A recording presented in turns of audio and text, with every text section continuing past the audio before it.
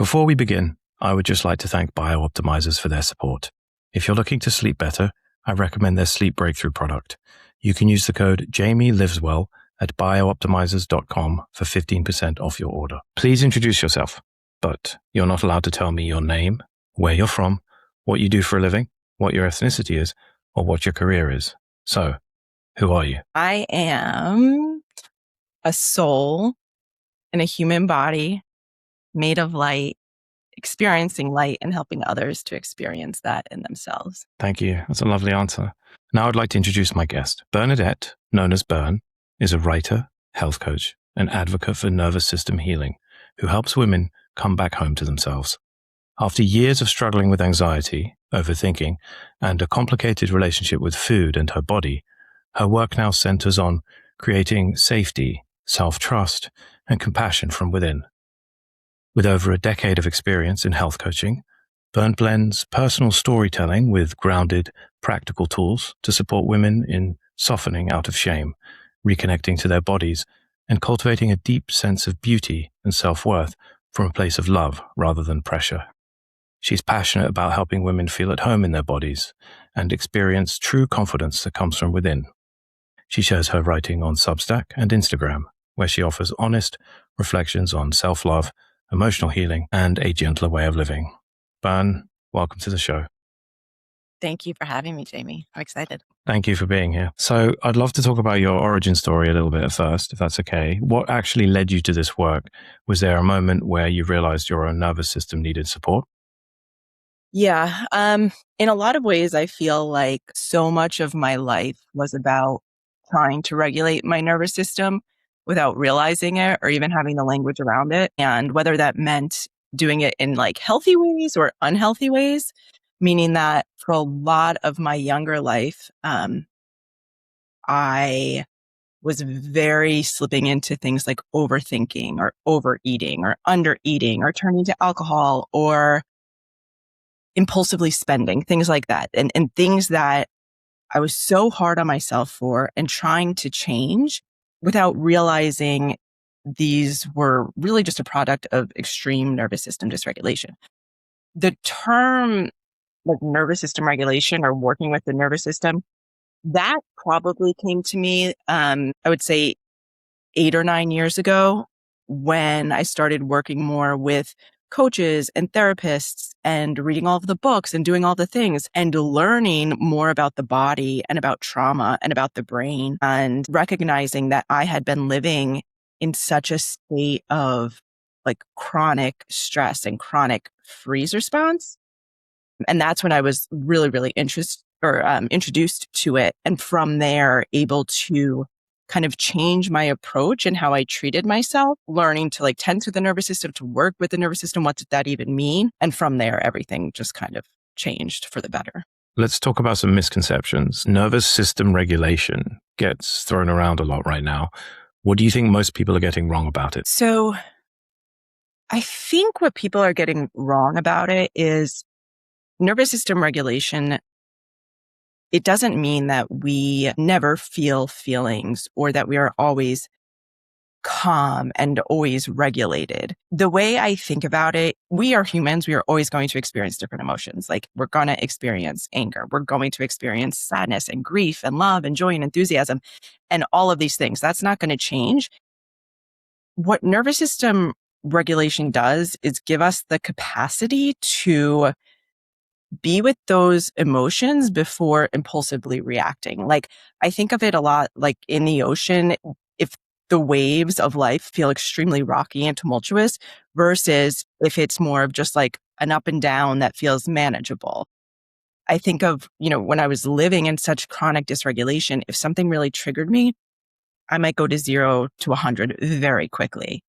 Versus if I'm regulated and that same trigger comes my way, nothing's changed, but I might still experience anger or sadness, but it's more of like a 0 to 25 where I can experience it and take a minute and pause before I decide how to like react to it. So I would say, yeah, it's not, when we talk about nervous system regulation, it's not avoiding our emotions or not feeling or always being in this state of peacefulness. It's really just more having the capacity to actually manage the emotions and the everyday stressors of life. So a lot of us live in our heads. What does it really mean to be in the body? And how do you know when you're not? Yeah, that's a good question.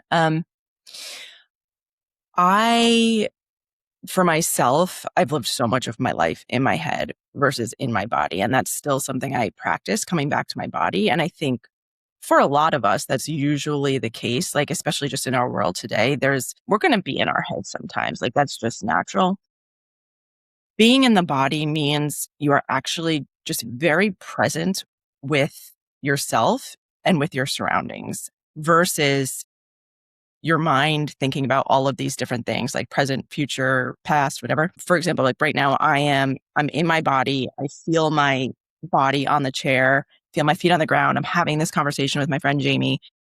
Those are all things that tell me I am present and I'm in my body. When we're not in the body, there's this neuropsychologist I really like. Her name is Dr. Julia Diganji, I believe. But she talks a lot about how when we're dysregulated or not in the body, we slip into the overs. And that can be something like overthinking, overeating, overworking, like anything that takes us out of the present moment. And it's not bad. There's probably a reason we're doing that. Maybe there's an emotion we don't want to feel. But if you catch yourself doing it, that's usually a good indicator. Like if you're really overthinking something that you're not in your body and you're not present, or maybe you're not feeling safe. And then from there, you can kind of use simple tools to bring yourself back. If someone listening feels overwhelmed right now, what's the simplest thing that they can do today to regulate their system? The simplest thing we can do is coming back to our breath. I had a coach once who said, alignment is just a breath away. And that's always something I've remembered because I can tell you all of these different things that help me to stay regulated. And in the day-to-day life, it's not always like doable or realistic that I'm going to wake up and meditate and go for my walk and get some, but you can always just come back to your breath no matter what is going on. You can be on a work meeting, back-to-back meetings where you are so burnt out and just literally no one knows, like breathe in, just feel yourself breathing into your body. Or when your kid is having a temper tantrum, just breathing. Like that is one thing we always have. And then I would say even like the second simplest is drinking a glass of water, just hydrating, keeping yourself hydrated. I think those two are very doable, accessible. Yeah, the second one's interesting. I mean, it makes sense, but I wouldn't have thought of it. Yeah, I am thinking of things that just, feel very accessible to like a present moment. And I think the breath, and for me, hydration, I know is like key. When I'm not hydrated, I get so dysregulated. And I think that's an easy one. And you could stack them. So like get the glass of water, but before you drink it, take a nice breath. Yeah, totally. Release and come out. Yeah, that's really good. Do you see nervous system regulation as a performance tool and not just a healing tool? I do. And I love that question because when we talk about the nervous system, a lot of what we're talking about, and I kind of said this earlier, is like having the capacity to manage certain emotions and how when you're dysregulated, certain emotions can feel so much stronger and harder to move through. Something I think about a lot and I feel like isn't necessarily talked about, and perhaps it's because it's something that's a little bit maybe more applicable to people who are highly sensitive or who have trauma. But there is so much in like the self-help world about feel the fear and do it anyway, right? Like that's a pretty common quote.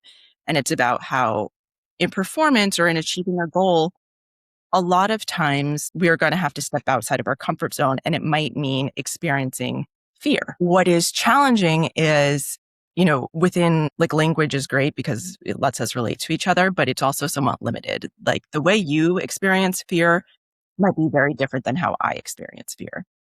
When I was younger and very dysregulated, things that might cause someone fear in the sense of butterflies and nervousness caused me like terror and panic.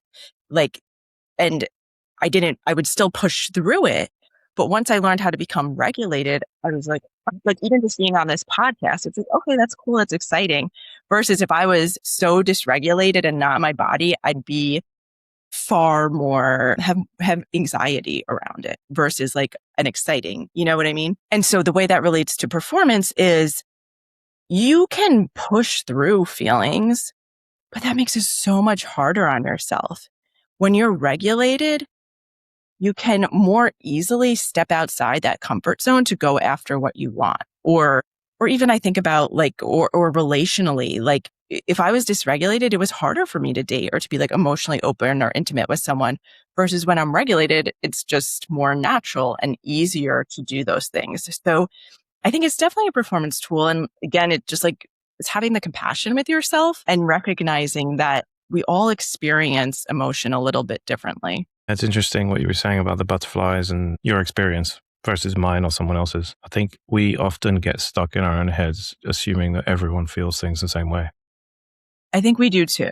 And I think especially if you're someone who you've been in the self-help world where feel like things aren't working, like you've read all the books, or you have these courses of like how to launch your business, but you're still not doing it. Like there's probably something a little bit deeper going on within you internally. And that's okay, but maybe looking at that and working with yourself before just the externals. How do you tell the difference between regulating your emotions and just suppressing or avoiding them? When we're regulating our emotions, what that really means, or maybe a better way to say it, is we're regulating the nervous system and we're still letting ourselves feel the emotions. We're still letting ourselves feel the anger or the sadness or the joy. And we're expressing that, though hopefully what we're learning is expressing that in a healthy way first. Maybe that means, for example, last week, something triggered me and it really hurt me and it really made me angry. And before I reacted to it or kind of had a conversation with that person around it, I looked at myself and I was like, okay, how am I feeling right now? Like, am I really dysregulated? How am I being triggered, et cetera? And I kind of took a minute. I slept on it. And then I approached the situation. Like the hurt was still there and the conversation still needed to happen. So I didn't avoid the emotion or suppress it or avoid the action that was maybe kind of hard to take. But I did let myself get into a more regulated state to make sure I was really viewing what was happening, like in the present moment. And I think that's the biggest way you can tell.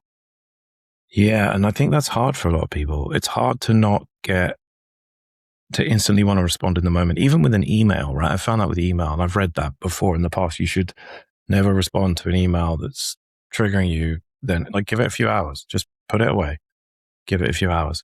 The term self-love can feel abstract. What does it actually look like in someone's daily behavior? To me, when I think about love in general, to me, it just feels like a very calm, open, compassionate presence. So when we talk about self-love, like when I first started down this journey of self-love, which maybe I shouldn't put that in quotes, but of self-love, I was confusing love with perfection. I was thinking, well, it would be really loving of me if I ate that certain way, or it'd be really loving of me if I just went to the gym every day, or if I stopped drinking alcohol completely. Like that's what self-love is. And then I would, of course, be hard on myself when I couldn't do those things. Irony, I suppose, is that what would, for me in that moment, in those moments, actually be the most loving is when I am reaching for a glass of wine or when I am eating a bag of chips unconsciously, to maybe pause and ask myself, wow, like what's going on there for you? What are you feeling right now? Like, is there an emotion you're trying to avoid? And just getting curious about my experience versus trying so harshly to change it. And so self-love, I think with any of this, what we're talking about, nervous system regulation, self-love, it's going to be so different from person to person. Like anything we do, we're individuals. We all have very different experiences, different ways our bodies work. So for me, I've been in periods of my life where self-love meant, you know what, I'm going to go out to dinner and I'm actually going to breathe through it and I'm going to not order a margarita. Self-love for me now, where I'm at, it's like, I'm going to go out to dinner, I'm going to enjoy it, and I'm going to order a margarita because there's been times where I've been so strict with it. Or maybe for someone who's dealing with a chronic health condition, the best way for them that they know, the really loving way, is maybe to have more restriction around their diet, despite what people think. Versus for someone else, it might be loosening that up and introducing dairy and processed food again when they've been so harsh with it. I'm talking a lot about food right now because that's been so much of my experience, but you can really say that about anything. Like if you promise yourself you're going to go for a run and you don't go, instead of beating yourself up, getting curious about what happened there. Because when you're actually just curious about your own experience, it's so much easier to change it. Like no one ever changed by shaming themselves, or maybe they did, but that sucks. Like that sucks. It's not fun. It's not a healthy option, I would say. It's not healthy and it's not fun. Like I've changed my body through shame and self-hate. I've been really thin that way and looked good by society standards at the time, but it was How were you internally? You're miserable, right? Yeah. So I think self-love is ultimately moment to moment, day to day. It's asking yourself, it's again, maybe coming back to the breath and to the present moment of like, what do I actually need right now? And knowing you're not going to get it right every time. At this point, I'm pretty self-aware. I can tell pretty quickly like what I need, but it took me a while to get there. And that's okay. Like maybe you think you needed XYZ and that didn't help. Okay, cool. Try something else. Like it's kind of trial and error. And over time, the little choices you make really do add up. Mm. Yeah. And why do you think our relationships tend to activate our nervous system more than anything else? I mean, I think because relationships in our human worldly experience are everything. Like they are everything. You know, we could even talk about like childhood and how a lot of our relationships, if we're talking romantically, might mirror some of our parental relationships and how, there's attachment trauma and all of this stuff. But in general, like we are such interpersonal beings that it's very natural to maybe want approval or validation. And then so when we feel maybe criticized or hurt, like those are going to be the things that trigger us the most. And I can't remember, I'm not sure if you just asked this, but like with nervous system regulation, I think the biggest thing is it becomes so much easier to be secure within yourself and safe within yourself. Like you just naturally get there where you still might like, someone could say something and it hurts you, but you kind of know who you are and you're just able to handle it a little bit more maturely, perhaps. And correct me if I'm wrong, you wouldn't seek it from outside sources as much. Exactly. That's like, actually, even for me, that's a huge one because I'm very much like a recovering people pleaser or someone who really looked outside of myself for validation. And I still noticed within myself, because I still slip into dysregulation. Like, of course, I notice that happening with myself. If I'm like not getting the reaction on an Instagram post or whatever with a guy or something but when I'm regulated and like in my body, that doesn't even faze me. And so that's also another tell for me of like, you're dysregulated, Bern. Like that's not actually truth. That's dysregulation, Mm. Mm. And that comes from awareness from the work you were talking about earlier of like where figuring out where things come from, like taking a moment to look within, like if you skipped your gym, why, I guess just being self-aware is a big part of this journey. It is. It's probably the first step. And then over time with the self-awareness, you can like build the actions around it more clearly. Is there a daily practice that you would recommend or that you do when you're not feeling your best? Yeah. I'm always hesitant to say recommend because again, like I'm such a believer that everyone is so different. So wherever you are in your journey could be very different. Like what I needed 5 years ago is not the same thing as I needed 10 years ago, is not what I need today. That said, ironically, or maybe not, I woke up today feeling like quite dysregulated. And I was like, well, that's great timing for recording this podcast. But I didn't slip into any old behaviors. Like literally the first thing I did was I asked myself, I was like, wow, why do I feel like this? And I knew for me, these are a few things that throw me off. I worked out yesterday without eating enough protein afterwards. I worked late at night and then I didn't sleep well. And so that kind of compilation, I just woke up and I felt very like in my head, not in my body, very dysregulated. So for me, what did I do when I wasn't feeling my best? I put my phone away. Everything in my body wanted me to go to the gym and exercise. Like I felt like I had so much energy, but I knew that was not the answer. I knew scrolling on my phone was not the answer. Put my phone away and I went for a walk in nature. And I just let myself like breathe and be present with it. Came back, had a glass of water, and then had like a very nourishing breakfast with protein, which immediately regulated me. For me, those are definitely some of the big things, like breath, coaching with each meal, because I do work out quite a bit. Everyone's diet is going to be a little bit different, but for me, that's really important. And breath. Yeah. Are you a caffeine drinker? Jamie, how could I do this without talking about caffeine? That has been the challenge of my existence, probably the biggest challenge of my existence.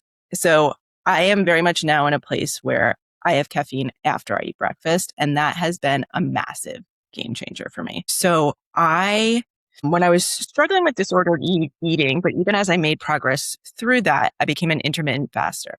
And there's so much data on that, on how that's great and helpful. And it worked for me for a period of time in my life. Like when I was living in the city, I would wake up at 5 a.m., drink a cold brew, do a HIIT class, and then fast until 12. And that eventually threw me off so much. When I didn't understand what was going on with my body in like 2021. But coffee on an empty stomach it made me an anxious, crying mess. And I was so addicted to it. Not that I was having that much, like I usually just had one or maybe two, but breaking the habit of not waking up and having caffeine, it has been the hardest thing for me to do. And it has been the most life-changing thing for me. Like, Wow. As well as eating breakfast. I think for women, and again, food is so complex, and I think it's important to know yourself individually here, but for women and hormones, like we're just different than men in what we need and how we operate.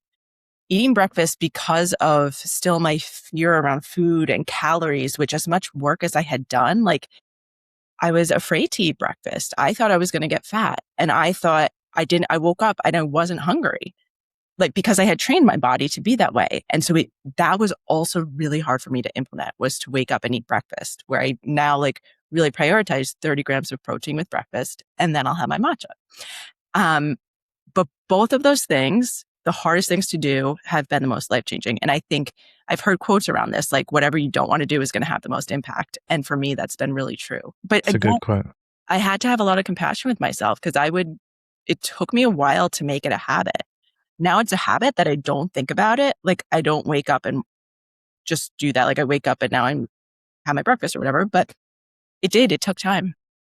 Yeah, you turned into a lifestyle rather than a habit, which is the key of all habits. Yeah. According to James Clear. That's interesting. So now you're drinking matcha, not coffee. Yeah, I'll have coffee sometimes on the weekend. Like that's the thing too. If I'm in my day-to-day where I'm working, I'm naturally a little bit more on stress, high alert. Whereas like if I'm on vacation or on the weekend, I can have a cup of coffee and I can have it on an empty stomach and be fine. It's more so when there were so many other stressors, or when there are so many other stressors, I know, okay, that's probably not the best. Like, and my body's also in a different place now than it was 5 years ago, where I can handle it a little differently. But I also just feel better when I just know I'm more regulated when I wait. So if people could understand one thing about their body and nervous system that would change their life, what would it be? The number one thing I would say is to know that change is possible, that you can change your state, you can change your brain, you can change your external reality.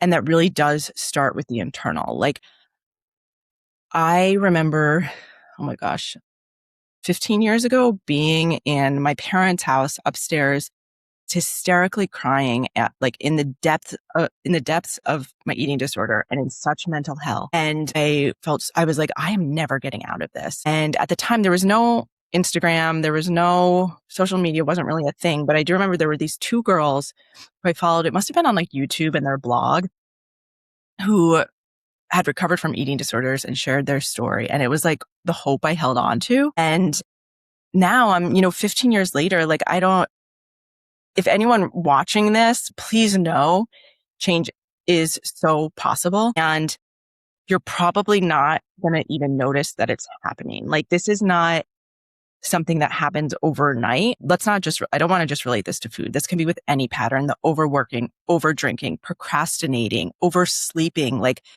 any type of pattern that you feel like you're repeating and you can't break out of.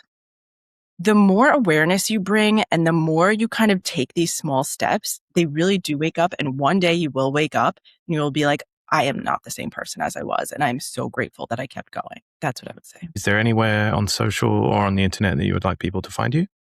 Yeah. So I have an Instagram. It's just my name, Bernadette McCadden. Same with my Substack, Bernadette McCadden. And my website, Bernadette McCadden. Easy, except it's a long name. Easy peasy. And I'll put it in the show notes as well if anyone wants to look at that. And I'd like to thank BioOptimizers once again for their support today. Check out biooptimizers.com and use the code JamieLiswell for 15% off at checkout. Thanks again, Bernadette, for joining me today. I really appreciate you being here. Thank you, Jamie.